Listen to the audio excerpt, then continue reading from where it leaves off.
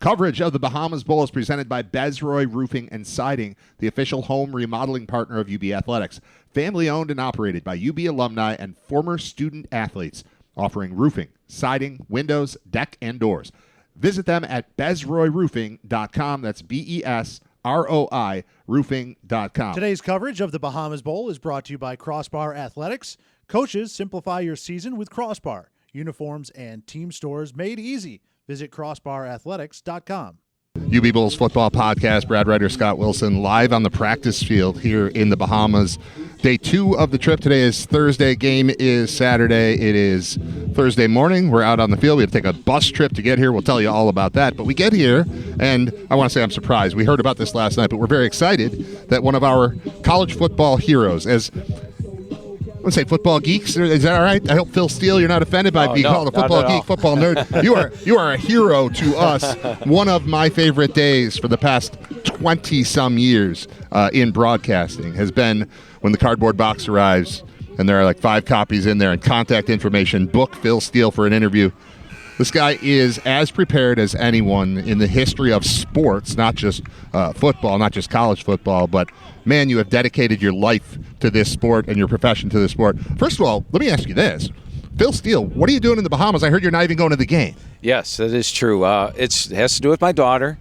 She's 18 now, so she can go to the Bahamas, and I've spent so much of my life just doing football and ignoring doing things. Yeah. Where Atlanta said, hey, we'll give you 5 nights free. I'm like, all right, I can tape the games, which I am. Yeah, of course. The second I get back, and believe me, the entire month of December, I worked probably 110 hours a week trying to get ready for taking 5 days off because I've never done that before. Wow. But it's her fault. It's my daughter's fault, Savannah, and probably spent too much time not doing things with her, so what the heck. Well, this is a good one. If you're gonna take the 5 days, this is the place. So I know in the magazine there's a picture with like a wall of televisions. Yes. And I always in my head think, God, that looks so cool. Is that real? Or is that a real thing? Oh, yeah, absolutely. Is the cave I watch for real? but I actually have changed. I used to just watch the 12 games all day long, and they're smaller screens. They're not big screens. But right. There's only so much room in a room. So what I do is at like 3:30, I go home, and I've got 9 big screens in my home office. So I go from the 12 screens to 9 big screens. And generally at 12 o'clock noon, there's always 12 games going on. But sometimes at 3:30, you might only get 9 or 10 games. So I might miss so you one can game. Adjust. Okay. Yeah, I can. But I have 9 big screens in my home office. But believe me, it's what I do the entire day, every Saturday. I watch every single game. So you're noon to whenever that stupid Hawaii game. The Hawaii game at 11:59 kickoff. Oh my awesome. God. Yeah, that's every time I see it in there, I'm like, and people say, how can you watch 12 games? But in reality, the plays are only 5-7 seconds. Yeah, you can skip around. So really, there's like 3 plays here. And one of my pet peeves, though, in life is all these damn uniform changes they have. Because I'm very familiar with uniforms. When you're trying to watch 12 games and process who's playing who at a quick glance, when they've got those stupid uniforms on that don't even look like them, then you're like, it takes me all the way to like mid-first quarter to actually figure out, okay, I've got this game in my head now. That is these 2 teams, which they don't even look like those 2 teams. I'll say this, and you're the college football guy, but in Buffalo, obviously, we're Bills fans. The Bills played a Thursday, or whatever it was, a game last week against the Patriots. The Bills wore their color rush jerseys, which were red.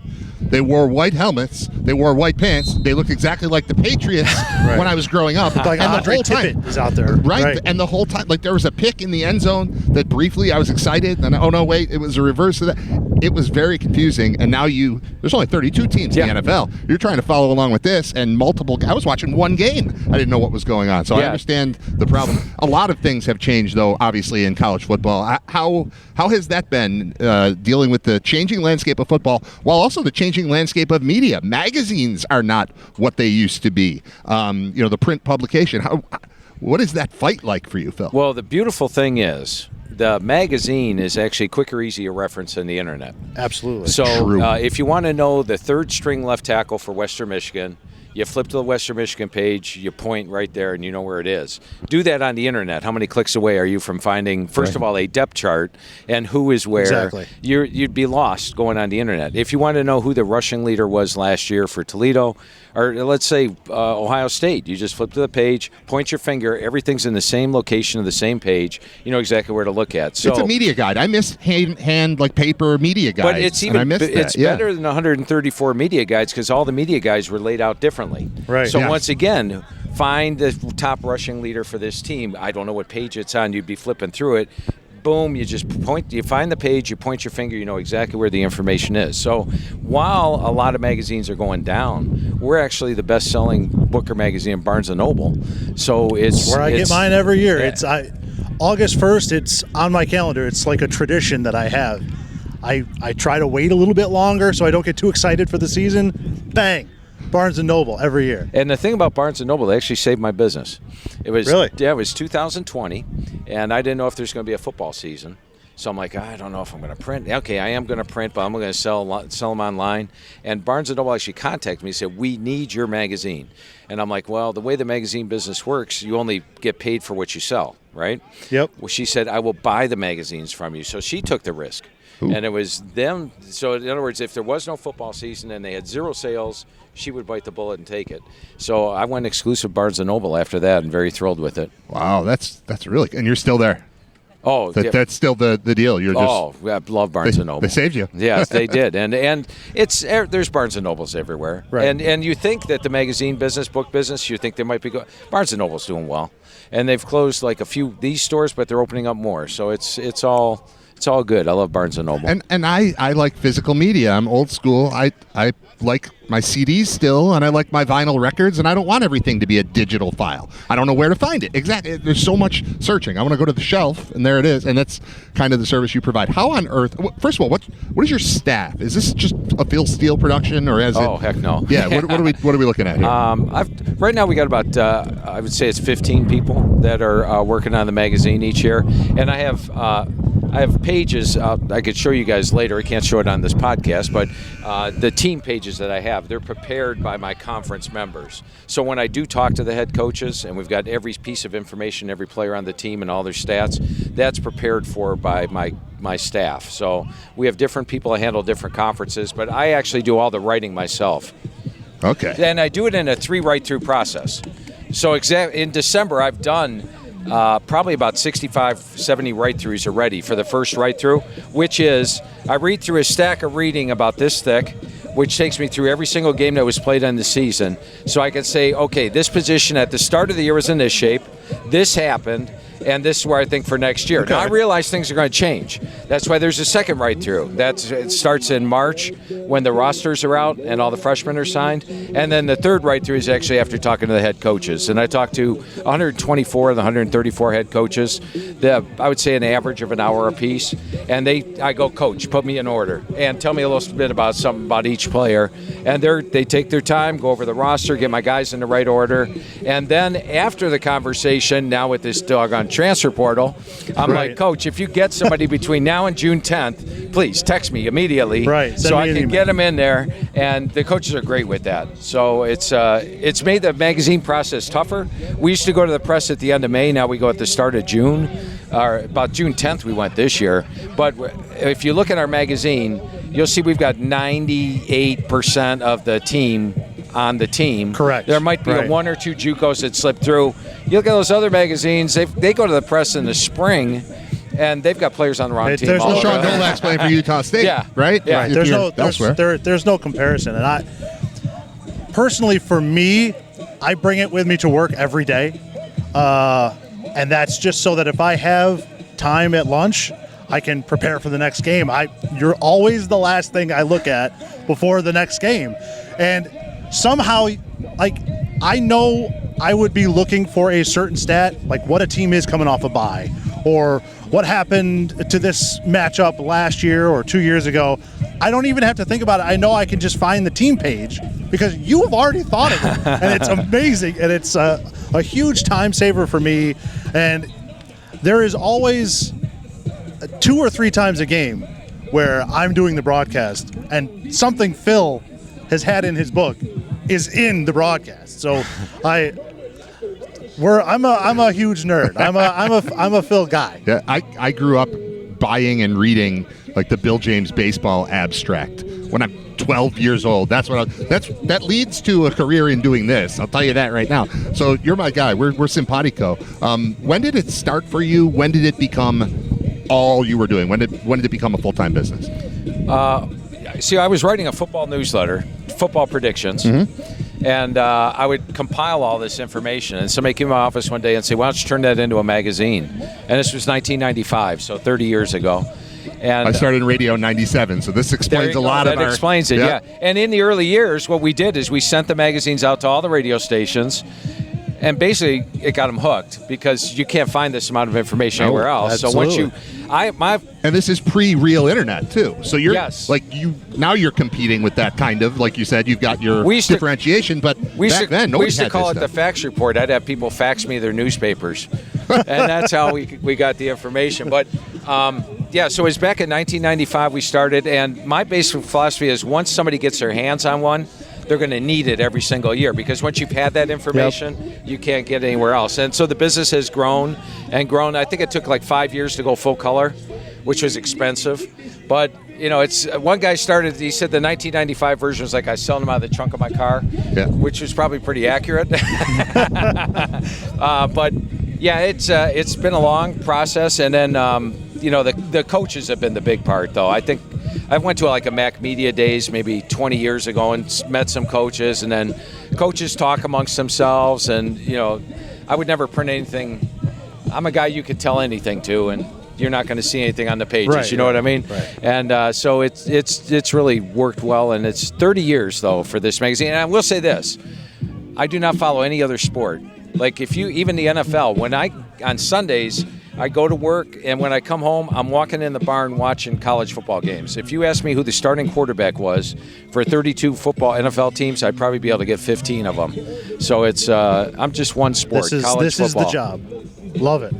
No basketball. So I know that you, from reading your magazine this year, I don't know if you had the Bulls at 8 wins this year. And here we are. So just what is your take on what you've seen from Buffalo and the job that Pete Lembo has done this year, which we're big fans of, obviously. It got us to the Bahamas. Yeah, if you look at my wrap-up sentence for Buffalo, it says, my computer doesn't really like it, but Coach Lembo is here, and I've always had great respect for Coach Lembo, dating back to Ball State. He was my special teams coach of the year twice. Did a remarkable job at South Carolina, and I was concerned with where I placed Buffalo, but everything said place Buffalo low. Lack of returning starters, transfer portal heavy, which is not always a good thing. Ask Colorado last year, for the first year of the transfer portal. New coach coming in, you got to change the culture, change everything. And you go to the MAC. The MAC had a lot of veteran teams, like Northern Illinois, for example, was a team with 39 seniors that had been building for a long time. So my computer was saying, hey, it's 4 to 6 wins. Possibly, and I picked them low, but I was like, Coach Lembo's there, and sure enough, and that's on my chart. That's how I grade coaches. Is if my expectations say 4 to 6 and they do better consistently. Dave Clawson was one of those guys at Wake Forest. And I get on the phone with him. He's like, "Where'd you pick us this year, Phil?" And I'm like, "Coach, you did it again. You did it again." And Coach Lembo's the same way. He almost overachieves expectations every single year. The year Buffalo had is remarkable. And I got to tell you, if you would have offered me an over/under of 7.5 wins on Buffalo, I might not have a house. Yeah, I mean he's done a fantastic job here, and we talk all the time of just the feeling, the night vibe. And day. Oh, it's night and day here. Well, with before Coach you had someone that was an assistant running back coach. Now you have a guy that's been a head coach and had success everywhere he's been. And Coach Lembo is just I just can't say enough good things about Coach Lembo. Honestly, it reminds me, not exactly the same thing, but when the Bulls hired Lance Leipold, we both were like, well, he hasn't been in FBS, but he's done all the things. He's got running a program down. It's much more likely to me that will translate perfectly to FBS than a guy who's never been a head coach. That's a whole the CEO-ness of it all, and then factor in the portal and all of the things that have changed lately. I kind of just need a guy who's got it all together, and that's kind of where I look. And when we're thinking about the MAC every year, we're mostly thinking about the head coaches. We're thinking about Chuck Martin being there forever. We were thinking about Frank Solich being there forever, for sure, at Ohio. Yeah. And the hope, I think, here is that this can be our guy for a long time. Yes. I don't know. I guess my question is how much do you factor in the coach when putting together your rankings? Yeah, it's huge. But I will say this. First-year head coaches tend to struggle because of the change they go through. So usually head coaches hit their stride year 3. But there is no ifs, ands, and buts about it. The coach is a major factor. And when I talk to Coach Lumbo, sometimes we'll drift off the conversation for a minute or two. I think he's very happy here in Buffalo. So we hope so. That was we want him for quite a long time. Yes, and you just can't go wrong, I think. When do you get time off? It is the summertime is my time off. So once the magazine goes to the press June 10th, between June 10th and let's say August 15th, I maybe do 200-300 radio shows, but that's radio, TV shows. That's not even like work. We're doing it right now. Yeah, it's knowledge. It's in my head, and you're just talking. So it's not even work at that point. So definitely my summer. I love my summer, and people always will ask me, and I lie. They say, Phil, football's 3 weeks away. Can you hardly wait? And I'm sort of thinking, I sort of could use another week or two prior to getting into the grind of working 102 hours a week like I do during the football season. What's your biggest miss? What sticks with you? Like, oh, I got that wrong, or I misjudged this team or this coach or this player. Do you have anything that stands out to you as, oops? Well, this year, but the good thing is I'm not in the minority. It would be the Big 12. Right. Yeah, that was everybody. Because everybody missed on the Big 12. I've had people hit me up on Twitter. Oh, where'd you pick us? I'm like, I don't even respond. It's like, where did everybody else pick them? All right. And if I had gone completely out of the box and picked Arizona State to win the Big 12, then maybe they wouldn't have, because they would have got all that publicity prior to the season as opposed to laying under the radar. What's the future hold for Phil Steele, the publication, the whole thing? Are there changes, or have you found a formula and you are locked in and you're doing this until somebody makes you stop? Well, you have to adapt every year, and the transfer portal's made me adapt in a lot of ways. But as far as the magazine goes, once again, don't mess with the format. The format, you know where to look for every single thing on every single page. So people are like, you need to do more pictures. No, I don't. I just need it to be the way it is. So, and I'm very happy with the magazine. Barnes & Noble's very happy with the magazine. So I'm talking about. I'm very happy with the magazine. Yeah, I'm thrilled with the magazine. I was thrilled to find out that you're in the Bahamas with us. I'm still trying to get my daughter Savannah to take over writing the magazine for me, but she doesn't have that interest. Interested in that? No? Not ready for it? All right. Barnes & Noble, obviously, philsteele.com. Yes. What else? Anything else you want to pub? You got like a Twitter or anything, whatever? Yeah, Phil, at Phil Steele 042. Okay. And then when you go to philsteele.com, there's just a lot of good information up there. You can actually order the magazine now and get the VIP version, which not only gets you the magazine, it gets you access to the internet, or my internet. You also get my newsletter for 4 weeks. It's got a big deal for it. So get the VIP for philsteele.com and become a VIP. There is no reason not to do that. Thank you very much for your time, Phil. Hey, appreciate a lot of fun. Great meeting you guys. Great to meet you. Today's coverage of the Bahamas Bowl is brought to you by Crossbar Athletics. Coaches, simplify your season with Crossbar. Uniforms and team stores made easy. Visit crossbarathletics.com. Coverage of the Bahamas Bowl is presented by Bezroy Roofing and Siding, the official home remodeling partner of UB Athletics. Family owned and operated by UB alumni and former student athletes, offering roofing, siding, windows, deck, and doors. Visit them at bezroyroofing.com. That's BESROI roofing.com.